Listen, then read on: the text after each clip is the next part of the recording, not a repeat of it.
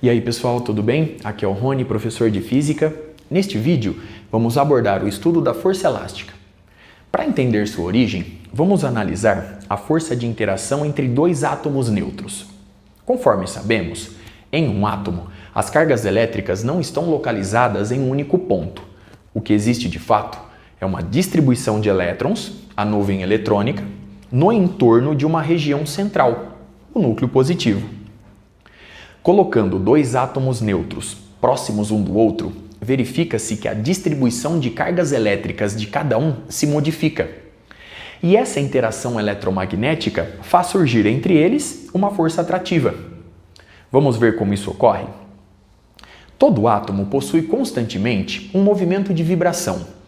E essa vibração pode gerar assimetrias em sua distribuição de cargas elétricas, produzindo uma região positiva e uma região negativa.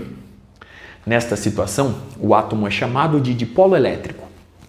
Este dipolo pode induzir um dipolo elétrico em um átomo neutro adjacente. A partir daí, este segundo átomo passa a adquirir também uma assimetria em sua distribuição de cargas elétricas, conforme eu ilustro na figura. Lembrando que cargas elétricas de sinais diferentes se atraem, vemos o surgimento da força atrativa entre eles, conforme eu citei no início do vídeo. À medida que os dois átomos se aproximam, a intensidade dessa força atrativa, chamada de força de Van der Waals, aumenta rapidamente. No entanto, quando a distância entre eles se torna da ordem do raio atômico, representada por R0 no gráfico acima, as forças interatômicas se tornam fortemente repulsivas, pois neste caso começa a ocorrer a interpenetração de suas nuvens eletrônicas, cargas de mesmo sinal. E com isso, a repulsão coulombiana predomina sobre a força de Van der Waals, gerando a força de repulsão. Conforme vimos em vídeos anteriores, essa é a origem da força normal. Macroscopicamente, você pode entender essa situação da seguinte forma. Imagine um gás.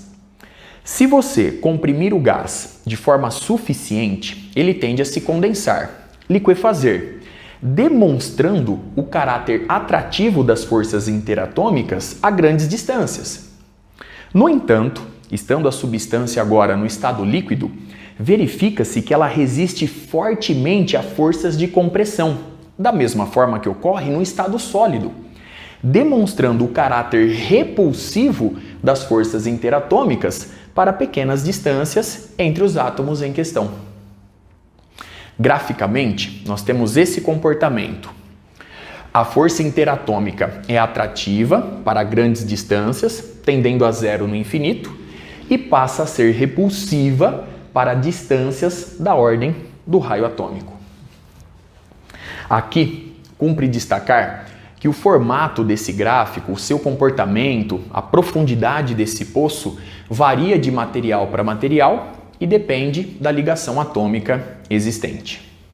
Dando sequência, a distância R0 ilustrada no gráfico, da ordem de 10 elevado a menos 10 metros para a maioria dos átomos, é aquela na qual a força se anula e, portanto, ela é considerada como a distância de equilíbrio entre os dois átomos. Sendo assim, se você aproximar os dois átomos, se você diminuir a distância entre eles, a força passa a ser repulsiva e, portanto, ela se opõe a essa diminuição na distância, tentando restabelecer a distância de equilíbrio R0.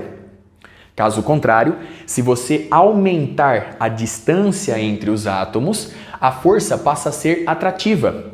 Mais uma vez, ela se opõe ao aumento na distância, pois neste caso, você deslocou a análise gráfica para o ponto B. Mais uma vez, a força vai tentar restabelecer a distância de equilíbrio R0. Aproximando os pontos A e B de forma suficiente do ponto R0, o gráfico pode ser interpretado nesse limite como um segmento de reta. E nesta situação, a intensidade da força F varia linearmente com a deformação no entorno da distância de equilíbrio R0. Vemos que os dois átomos se comportam como uma mola, onde a força F é sempre uma força restauradora, que tenta recuperar a posição de equilíbrio a partir de uma deformação gerada. São forças deste tipo que dão origem à força elástica. Observe o quadro. Imagine uma mola na posição de equilíbrio conforme eu ilustro na figura central. Se você comprimir a mola, promovendo um deslocamento x a partir da posição de equilíbrio, um deslocamento menor do que zero, a força elástica vai surgir no sentido oposto, no sentido de restaurar o equilíbrio da mola. Vemos que esta situação representa o caráter repulsivo que aparece no gráfico. Caso contrário, se você esticar a mola, se você promover uma distensão da mola, promovendo um deslocamento x a partir da posição de equilíbrio positivo, vemos que a força elástica atua no sentido oposto, mais uma vez no sentido de restaurar a posição de equilíbrio. Esta situação corresponde à força atrativa ilustrada no gráfico anterior.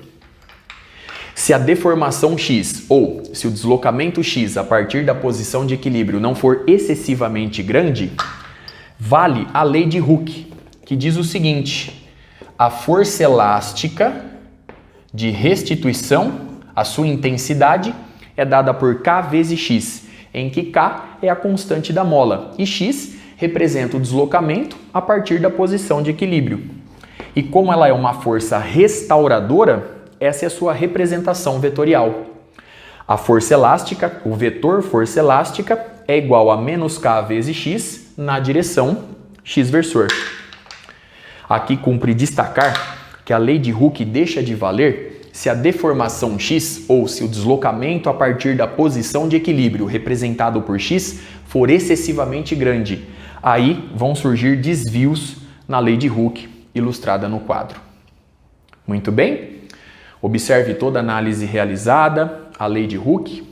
Com isso, eu encerro este vídeo. Até a próxima.